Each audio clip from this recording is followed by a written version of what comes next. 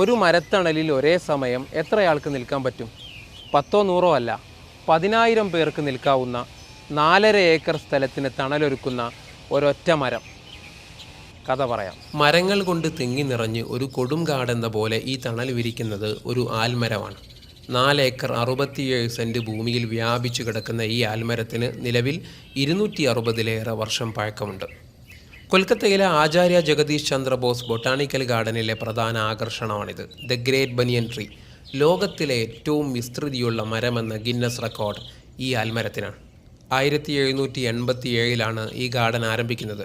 അന്ന് ആൽമരത്തിന് 20 വർഷത്തെ പഴക്കമുണ്ട്. മരങ്ങൾക്കു സമാനമായി എനിക്ക് പിറകിൽ കാണുന്നത് ശിഖരങ്ങളിൽ നിന്നും താഴേക്ക് വളരുന്ന ഊന്നുവേരുകളാണ്.